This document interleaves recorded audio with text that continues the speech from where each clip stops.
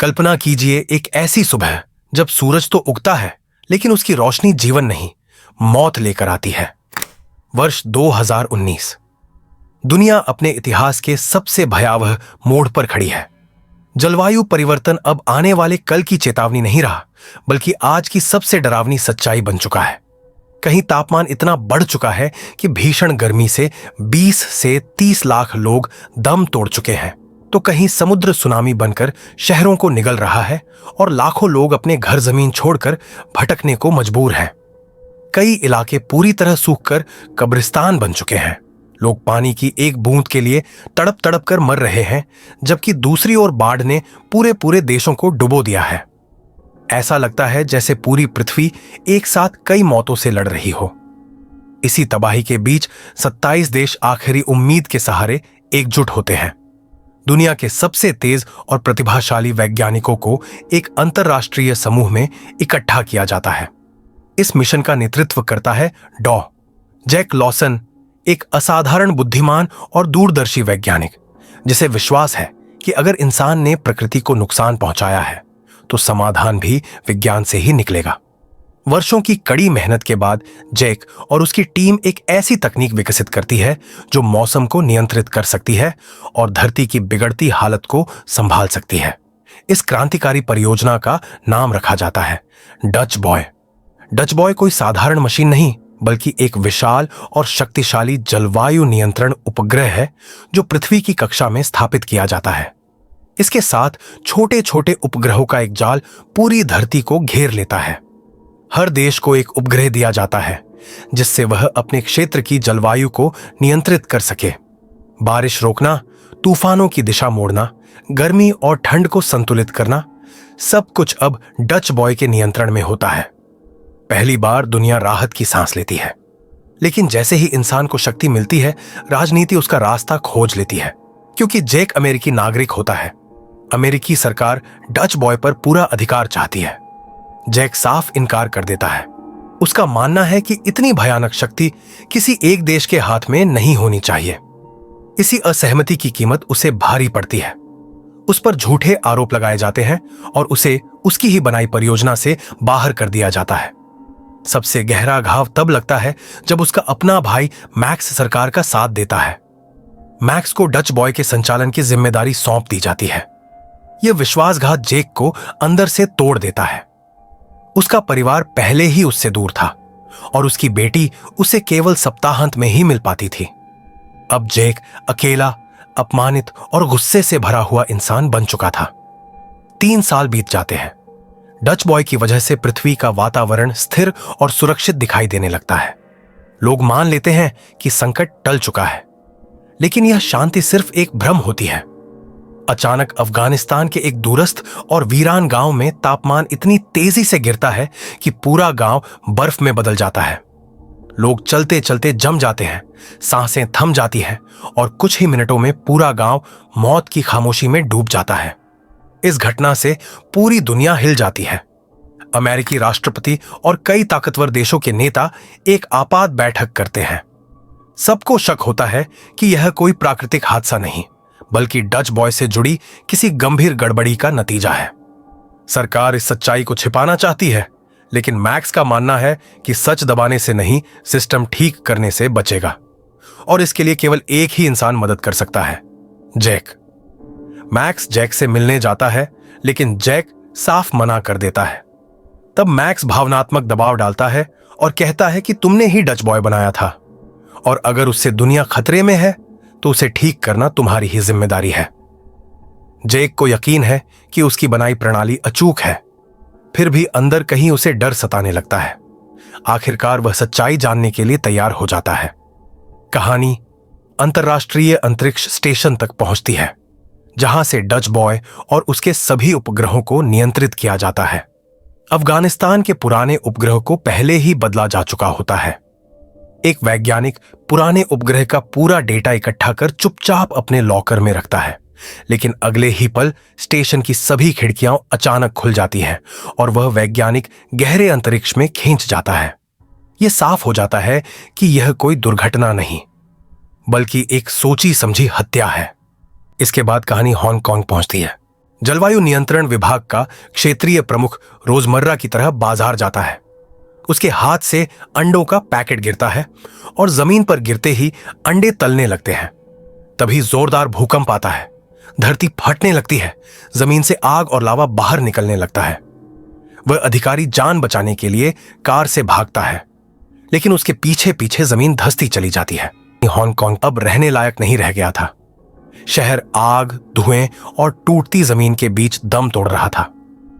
जलवायु नियंत्रण विभाग का प्रमुख किसी तरह वहां से निकलकर शहर छोड़ देता है। वह एक पुल पर आकर रुकता है। जैसे ही वह पीछे मुड़कर देखता है, उसकी आंखों के सामने पूरा शहर ढहता हुआ दिखाई देता है। ऊंची ऊंची इमारतें ताश के पत्तों की तरह गिर रही थीं। चारों ओर सिर्फ चीख पुकार, धुआं और तबाही थी। अब भागने का कोई रास्ता नहीं बचा था। पूरा हांगकांग इस आपदा की चपेट में आ चुका था। स्थिति की गंभीरता को समझते हुए वह तुरंत चीन के डच बॉय सिस्टम तक पहुंचने की कोशिश करता है, लेकिन उसे प्रवेश की अनुमति नहीं मिलती। सिस्टम लॉक हो चुका था। घबराकर वह मैक्स को इसकी जानकारी देता है। मैक्स खुद लॉग इन करने की कोशिश करता है, लेकिन उसे भी एक्सेस नहीं मिलता। अब यह साफ हो जाता है कि किसी ने सिस्टम को हैक कर लिया है। इसके बाद सुरक्षा कारणों से सभी की पहुंच पूरी तरह बंद कर दी जाती है। हांगकांग का प्रमुख मैक्स से कहता है कि अगर जलवायु में इसी तरह असंतुलन बढ़ता रहा और आपदाएं आती रही, तो अंत में एक ऐसी आपदा आएगी जो सब कुछ खत्म कर देगी। वह उसे एक शब्द बताता है, जियोस्टॉर्म। वह दिन जब पूरी दुनिया एक साथ नष्ट हो जाएगी। इसी बीच कुछ संदिग्ध लोग अचानक उसके कार्यालय में घुस आते हैं। उन्हें देखकर वह अपनी जान बचाने के लिए छिप जाता है। वे लोग उसके लैपटॉप से सारा डेटा चुरा लेते हैं और गायब हो जाते हैं। जब वह बाहर आता है तो उसे एहसास होता है कि कोई डच बॉय के अकाउंट के अंदर घुस चुका है और सिस्टम से छेड़छाड़ कर रहा है।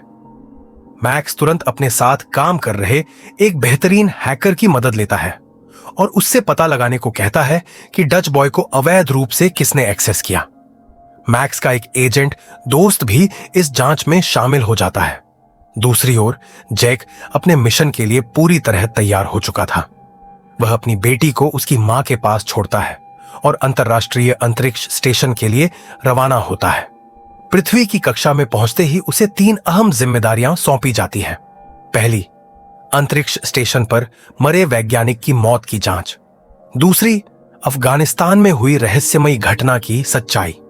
और तीसरी, हांगकांग का हुई तबाही की वजह। जेक सभी देशों के प्रतिनिधियों के साथ बैठक करता है और हर देश के उपग्रह की व्यक्तिगत रूप से जांच शुरू करता है। जरूरत पड़ने पर उपग्रह बदले भी जा सकते थे। कुल मिलाकर सिस्टम में 1000 से ज्यादा उपग्रह शामिल थे। इसी दौरान जेक को पता चलता है कि इस पूरे मिशन की कमान उसके भाई मैक्स के हाथ में है। यह जानकर उसे गहरा झटका लगता है।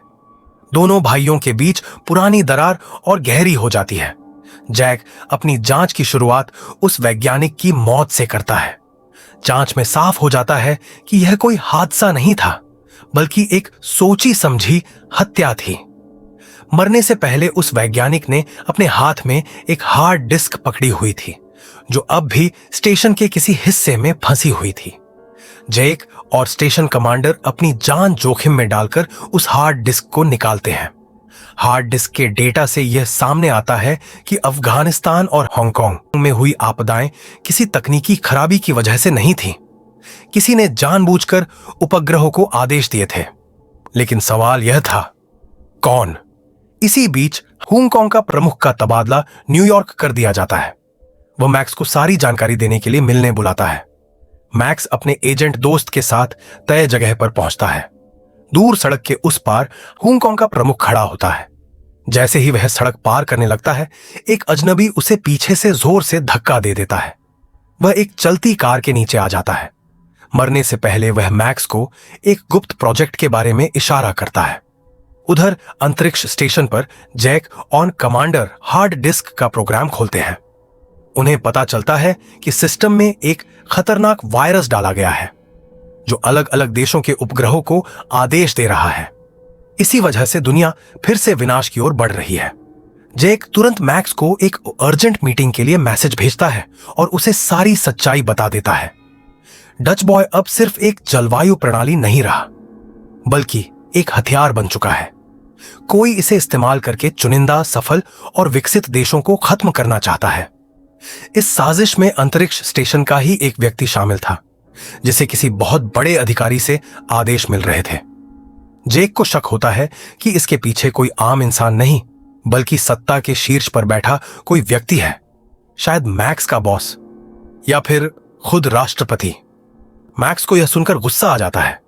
वह सवाल करता है कि राष्ट्रपति ऐसा क्यों करेंगे। जेक समझाता है कि यह सब भविष्य की ताकत और वैश्विक नियंत्रण के लिए किया जा रहा है। इस बीच हैकर की मदद से मैक्स सारे सबूत इकट्ठा कर लेता है। हांगकांग का प्रमुख की फाइलें और जेक की जांच दोनों एक ही सच्चाई की ओर इशारा कर रही थीं। उधर टोक्यो में एक भीषण हिलस्टॉर्म तूफान शहर को तबाह कर रहा था। बर्फ पत्थरों की तरह गिर रही थी, लोग मारे जा रहे थे। वहीं ब्राजील में समुद्र का तापमान अचानक इतना गिर जाता है कि लोग वहीं जम जाते हैं। पूरी दुनिया में तबाही फैल रही थी। डच बॉय पूरी तरह वायरस के कब्जे में आ चुका था और बाकी उपग्रह भी संक्रमित हो चुके थे। हर जगह जियोस्टॉर्म अलर्ट जारी हो जाता है। अगला आधा घंटा तय करेगा कि दुनिया बचेगी या खत्म हो जाएगी। जेक मैक्स को आखिरी रास्ता बताता है। डच बॉय को फिर से लॉन्च करके पूरा सिस्टम रीसेट करना होगा। ऐसा करने से वायरस खत्म हो जाएगा, लेकिन इसके लिए बायोमेट्रिक एक्सेस चाहिए। यह सुनते ही मैक्स को एहसास हो जाता है कि अब यह सिर्फ एक मिशन नहीं, बल्कि पूरी दुनिया की आखिरी लड़ाई है। मैक्स की आंखों के सामने एक सच उभरता है। राष्ट्रपति ऐसा खतरनाक कारनामा कैसे कर सकते हैं? वह बायोमेट्रिक डेटा तक पहुंच बनाने की रणनीति तैयार करता है। मैक्स का मन भारी है और उसकी चिंता देखते ही उसके बॉस पूछते हैं, क्या हुआ? तुम इतने तनाव में क्यों दिख रहे हो? मैक्स सब कुछ बता देता है। हो सकता है कि विकसित देशों को नष्ट करने में राष्ट्रपति भी शामिल हों। यह सुनकर बॉस का चेहरा बदल जाता है। वह सवाल करता है, तुम्हें इस खास प्रोजेक्ट के बारे में कैसे पता चला? मैक्स चौंक जाता है। वह परियोजना के बारे में तो बात नहीं कर रहा था और अब उसे एहसास होता है कि उसका बॉस भी इसमें शामिल है। बॉस अब उसके जानलेवा हो जाता है। मैक्स भाग निकलता है और अपने एजेंट दोस्त को सब कुछ बताता है। एजेंट जानबूझकर सार्वजनिक जगह पर गोली चलाती है ताकि राष्ट्रपति को सुरक्षित तरीके से हटाया जा सके। राष्ट्रपति के अंगरक्षकों को मारते हुए एजेंट मैक्स को अपने साथ ले जाती है। कार में बैठे मैक्स राष्ट्रपति को सच्चाई बताता है, लेकिन तभी उनके पीछे कुछ लोग पीछा करने लगते हैं और उन पर गोली चलाते हैं। अचानक मौसम बदलने लगता है। कई भूकंप और तूफान एक साथ आते हैं। जेक ने डच बॉय को इस तरह सेट किया है कि अगर भू तूफान चेतावनी जारी की जाती है तो उपग्रह खुद को नष्ट कर देगा। स्टेशन आत्मविनाश की कगार पर पहुंच जाता है। वैज्ञानिकों के पास भागने के लिए सिर्फ कुछ ही मिनट बचे हैं। जेक शटल से उन्हें सुरक्षित निकलने का आदेश देता है। इस बीच जेक को पता चलता है कि डच बॉय में वायरस डालने वाला वही व्यक्ति है जो उनके ही टीम का सदस्य था, स्टेशन कमांडर। उसे इसके लिए मोटा भुगतान किया गया था। जेक और वह कमांडर आमने सामने आ जाते हैं। लड़ाई के दौरान कमांडर गलती से एक बटन दबा देता है। स्टेशन की खिड़कियां खुल जाती हैं और वह अंतरिक्ष में उड़ जाता है। जेक भी मुश्किल में पड़ जाता है, लेकिन उसके साथ ही उसे समय पर बचा लेते हैं। डच बॉय अब पूरी तरह बेकाबू हो चुका था। इसके परिणाम स्वरूप पूरी दुनिया में तबाही मच गई। मुंबई में भयंकर तूफान, मैक्सिको में असहनीय गर्मी और टोक्यो में भीषण हिलस्टॉर्म। शटल में बैठे वैज्ञानिक पृथ्वी पर लौटने के लिए तैयार थे, लेकिन जेक शटल हिलने डुलने के लिए तैयार नहीं था। स्टेशन कमांडर उसकी मदद करता है। इस बीच मैक्स और उसके बॉस के बीच झगड़ा जारी है। राष्ट्रपति की वजह से मैक्स का बॉस पकड़ में आता है। वह खुलासा करता है कि उसने यह सब इसलिए किया क्योंकि वह राष्ट्रपति बनना चाहता था।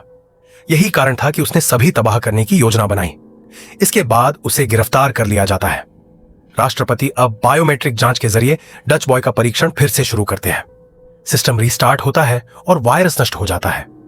प्राकृतिक आपदाएं रुक जाती हैं और स्थिति नियंत्रित हो जाती है।